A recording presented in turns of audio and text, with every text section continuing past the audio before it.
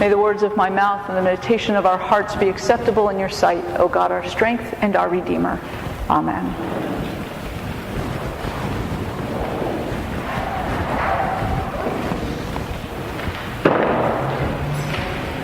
The year that Mel Gibson's movie, The Passion of Christ, came out, a number of the young people in my youth group wanted to go see the movie. And I had heard a little bit about it, and I was concerned about my young people going to see this movie without any opportunity for conversation or reflection or guidance about what they were going to see. And so the day it came out was Ash Wednesday, and we organized a trip for our youth group. And about 5 of my young people went with me and another parent to see the movie. And before we got to the movie theater, we all made an agreement that if the movie got to be too hard to watch, that anyone could sort of tap the rest and say, I need to leave. And so we were ready to watch the movie, and one of my boys said, well, you know, I really like horror movies, and I'm sure this can't be any worse than that. So we went in to see the movie. How many of you saw that when it came out or have seen it since? You know that it is pretty violent and very graphic. And I could tell during the movie, especially as we started to sort of get towards the end, some of my kids were really having some difficulty. But they didn't leave. They watched the entire movie. I won't say that I watched the entire movie. I spent most of the movie with my hands over my eyes, peeking through my fingers at the parts that didn't seem too terrible.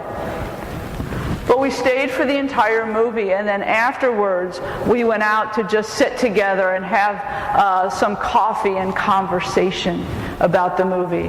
And the boy who had said to me, I don't think it can be as bad as the horror movie, said that was the most violent movie I have ever seen. It was far worse than any of the horror movies I have ever seen. And so we just started talking about what we had seen and what we had witnessed. And I was so surprised when my young people said, that movie doesn't really tell the story. I said to them, well, what do you mean? It sounds looked like a lot like what we hear in the gospel lesson. And they said, all that story shows is violence and death. Because if you remember, all but about the last 90 seconds of the movie is violence and death, and then at the very end they sneak in this tiny bit of light and resurrection. But really, after more than 2 hours, it's about 90 seconds worth. And they said, that's not how God operates. There's no redemption in that movie. There is only death. And that's not the story. And that's not how God works in the world. And I was so proud of my young people to realize that what they had seen was not the full story. In fact, they hadn't even seen the most important part of the story. They had only seen the part where if the story ends there, we are left with a vengeful God, with an angry God, with a God that requires blood. And yet we know that that's not how God is. We know that's not who God is. We know that that's not the God that moves through our community and indeed moves through our world. But we are left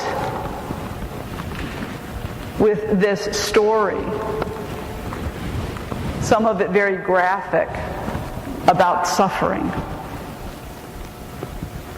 And the truth of the matter is that you don't have to live on this earth very long before you experience some suffering. All of us have. All of us will again. It is simply part of the human condition. It is part of living life. But But we as Christians don't believe that suffering exists without some redemption.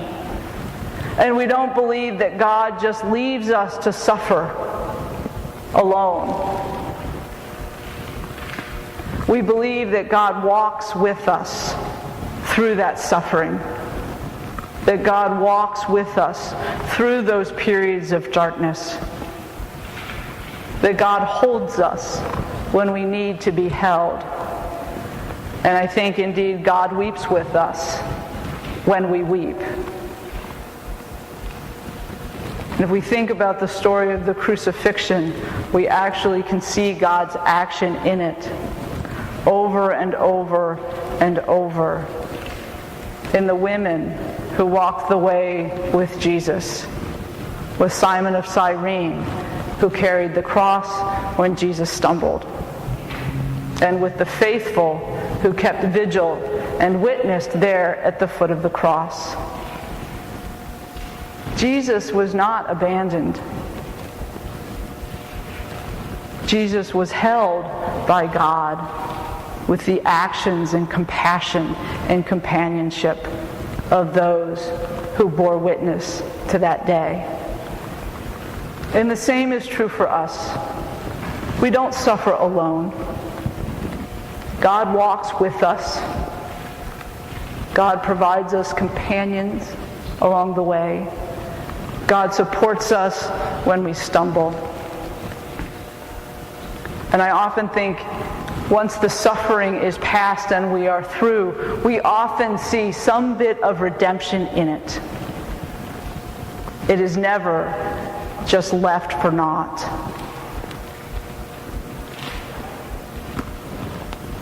We sit here on Good Friday in the midst of the crucifixion, in the midst of the pain and the death and the suffering. But as my young people said so long ago, this is not where the story ends.